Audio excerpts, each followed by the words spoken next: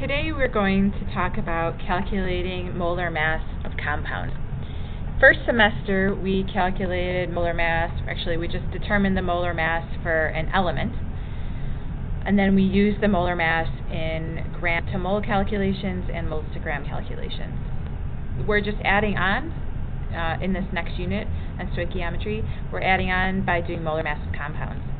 So you need to remember that the molar mass is the mass of 1 mole of a substance.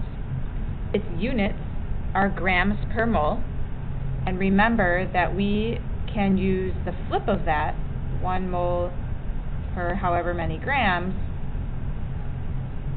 as well when we go to do dimensional analysis, in which we make sure that our units cancel. So we're back to dimensional analysis, yay! We also need to remember for each element's molar mass, we need to use the periodic table. So if you look at the periodic table, I would pause this video and get one out. If you look at the periodic table, you remember that, for instance, the molar mass of 1 mole of hydrogen is 1.0079. Likewise, the molar mass of 1 mole of silver is 107.87 grams per 1 mole. Okay?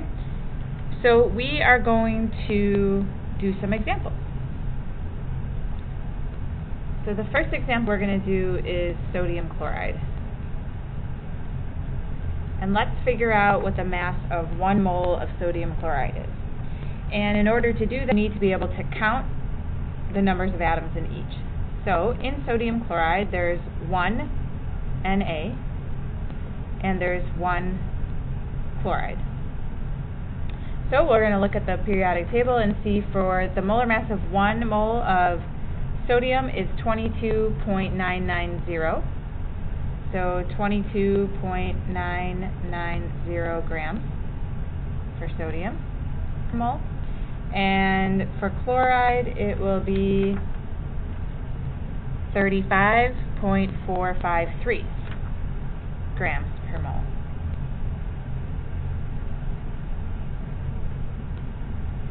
So what we do is we just add these together to get the molar mass of sodium chloride. So if we punch that into our calculator, which I'm going to do right now, and you should do the same,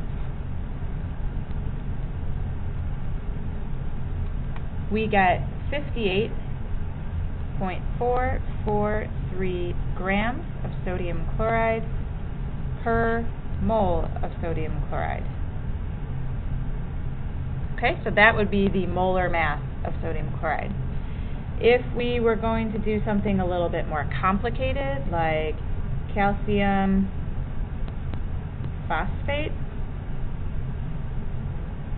we'd have to really pay attention to all these subscripts and calculate the molar mass based on all the elements they have. So there's a calcium. How many calciums? There's 3 moles of calcium. There is 2 times 1, so 2 phosphoruses. And then there's 2 times 4, so 8 oxygen. And then we look on the periodic table and we see for calcium it's 40.078. For phosphorus, it's 30.974.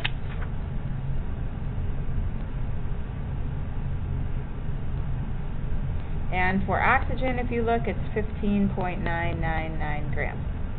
Okay, so we do a little bit of math. We're going to do 3 times 40.078 gives me 120.234. Keeping all my numbers, we don't round our molar masses in this class. And then we're going to do phosphorus, which is 30.974 times 2. Got 61.948. And then 15.999 times 8 would be 127.992. So you can see for big compounds with lots of elements, the molar mass gets pretty large. Then we're going to add all these numbers together. And in your calculator, you can do this in one fell swoop, putting all the digits in and making your calculator do the work. I'm kind of on a more simplistic calculator right now, and I also want to show you how you add the things together. So the molar mass for calcium phosphate is 310.14 grams per mole of calcium phosphate. Okay, so I want you to pause this video, and after I write this down, try the following compound on your own.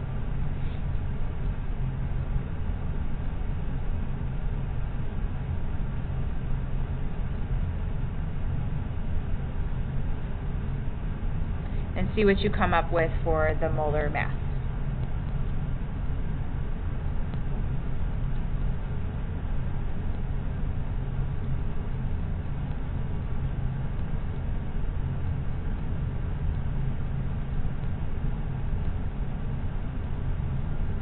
So if you got 311.801 grams per mole, you did it right. Congratulations.